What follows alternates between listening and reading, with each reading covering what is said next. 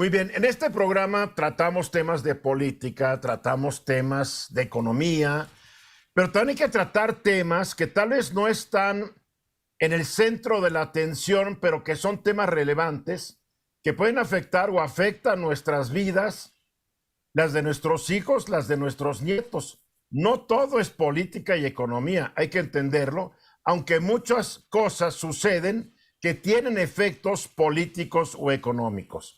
Por ejemplo, la pandemia de COVID. La pandemia de COVID indudablemente afectó económicamente a cientos de millones de personas alrededor del mundo. Destrozó algunas economías, a otras las postró. Un estudio más reciente del Instituto para las Métricas de Salud y la Evaluación de la Salud de la Universidad de Washington calcula que hasta el día de hoy han muerto 18 millones de personas de COVID. Y uno diría, ¿cómo? Los gobiernos en conjunto reportan 7 millones. Sí, pero el Instituto de la Universidad de Washington toma en cuenta otras variables. Las tasas de infección que se reportaron, las muertes en exceso, las personas que entraron a hospitales. O sea, toma un bolón de datos para llegar a esta cifra que es terriblemente alta, 18 millones de víctimas del COVID. También hay que aceptarlo. No hay gobierno del mundo, el de México, el de Estados Unidos, el de China, el que ustedes quieran, que haya reportado las cifras como son. Algunos expertos dicen que el único país que reportó las cifras tal cual era Bélgica, porque Bélgica incluyó entre los muertos de COVID personas que morían de una enfermedad respiratoria y punto, lo reportaba, así de fácil. Bien, entonces ya vimos lo que es capaz de hacernos un virus archimicroscópico. Pero ahora está surgiendo un nuevo problema que hay que enfrentar y que también va a tener serias consecuencias. Nos va a poder matar esto lo que está ocurriendo, matar a alguien que queramos y va a afectar la economía. Y me refiero a los supermicrobios, a las superbacterias que ya son inmunes a cualquier antimicrobiano que uno se eche, a cualquier antibiótico. Este ya es un fenómeno muy preocupante, tanto que el Programa de Medio Ambiente de Naciones Unidas publicó ayer un reporte donde manifiesta que este programa va a ir creciendo y se va a agravar. ¿Y qué es lo que dicen? Que se estima que la resistencia a los antimicrobianos, claro, están hablando de la resistencia de los microbios a los antimicrobianos, va a provocar hasta 10 millones de muertes cada año en el año 2050. El 50 está a la vuelta de la esquina, no nos engañemos. Una cifra similar a la tasa de mortalidad por cáncer hace 2 años. Dice que también esta resistencia a los antibióticos está íntimamente ligada, ojo, a la pobreza, falta de saneamiento, falta de higiene y la contaminación.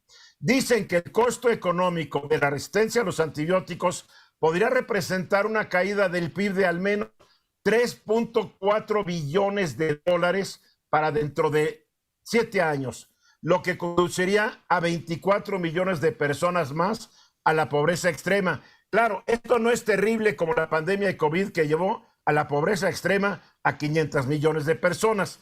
Pero ¿para qué queremos más pobres? Entonces, aquí hay un problema. En México, la gente sigue consumiendo antibióticos como si fueran salvavidas.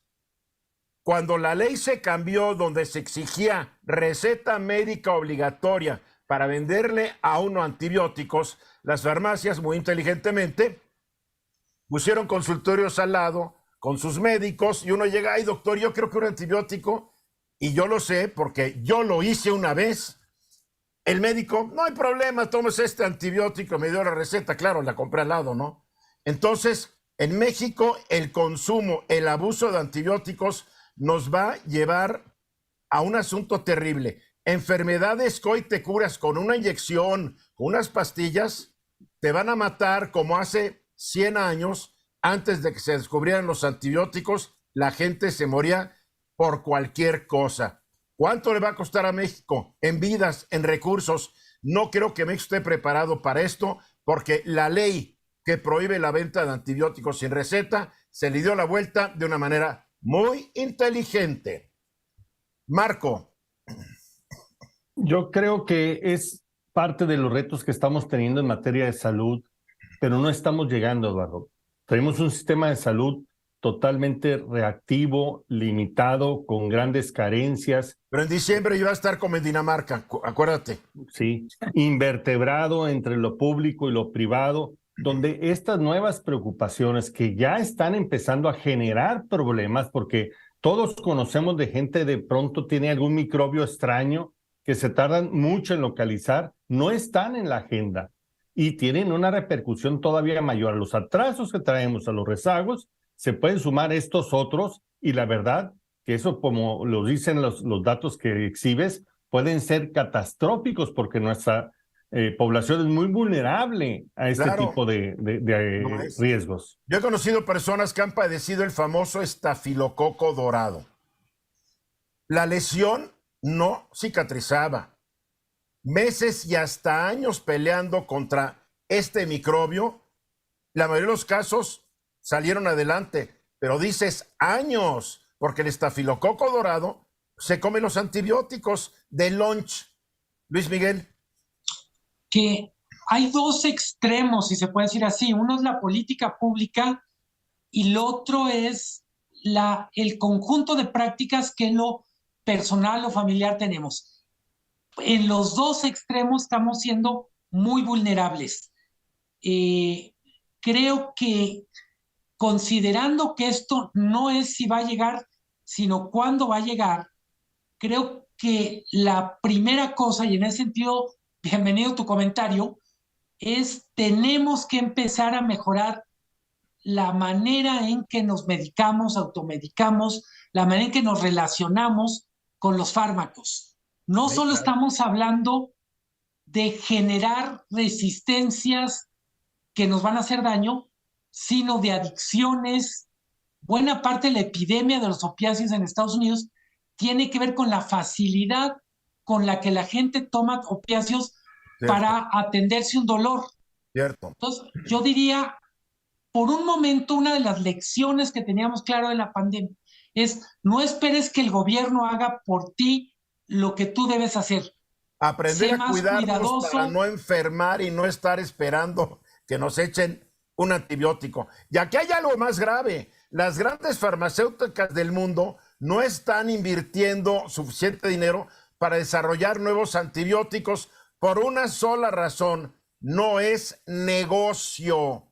Y cada vez hay menos médicos que se dedican a este asunto de las infecciones, porque por lo menos en Estados Unidos, de 30 especialidades, son los menos pagados. O sea, ya lo dijiste, Luis Miguel, o nos cuidamos porque nadie nos va a cuidar, ni gobiernos, ni laboratorios, ni médicos. Tenemos que tener mucha prevención. Luis.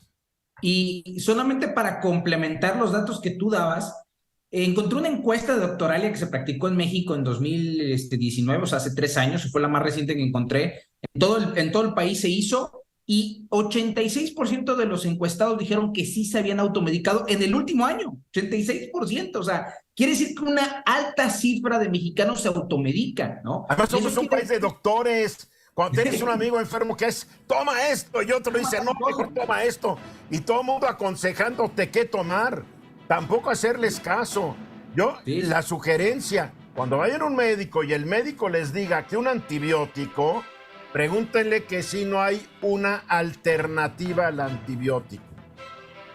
Y si no la hay, ver muy bien, verificar cuáles son las secuelas de tomar ese antibiótico y qué tan eficaz es. En fin, aquí está la advertencia. Después no digan que no les dijimos.